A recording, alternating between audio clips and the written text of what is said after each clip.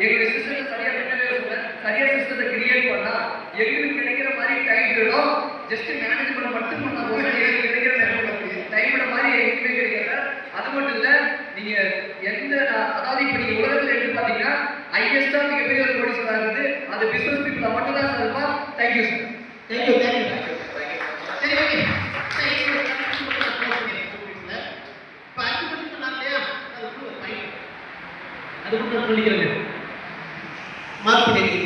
அதாவது business member தெரிஞ்சு சொல்லுது அசட்டா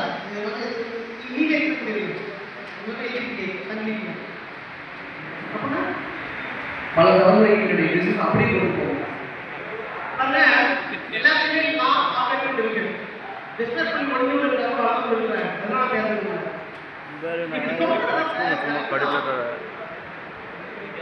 எங்களால